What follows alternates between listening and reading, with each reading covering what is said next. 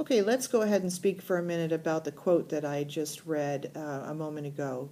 And I want to go ahead and give a couple of examples of how we might be able to see that in today's light. Let's say that we had a vicious man, the vicious man being part of the definition that we went over last week in terms of Aristotle. But let's say we had a vicious man, maybe a self-absorbed Hollywood star. This person is somewhat like a child in the game of life.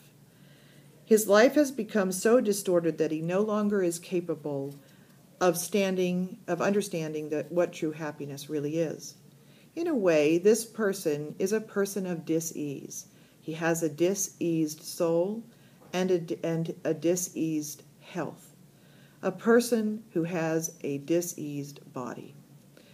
Very often, a person with a severe illness, medical condition, or an addiction of some sort will crave something that is not really by nature pleasant, and this same person may shun something that truly is pleasant.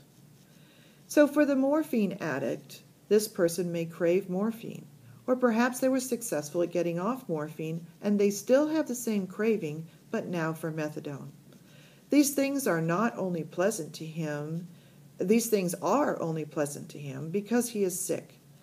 And no one who is healthy has these types of cravings.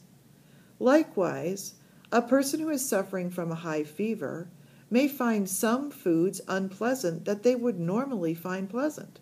And this is because of the condition of this person's health at the moment. Even though they would, under normal circumstances, when they were healthy, be very pleased with this particular food. In this way, a similar type of person would react in a similar way to the idea of virtue.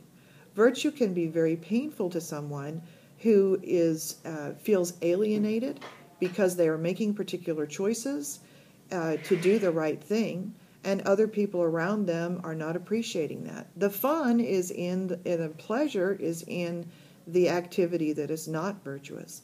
So when Aristotle challenges us to happiness, he is really challenging us to a virtuous life. And that, I think, is maybe an easier way for us to be able to understand what Aristotle is saying.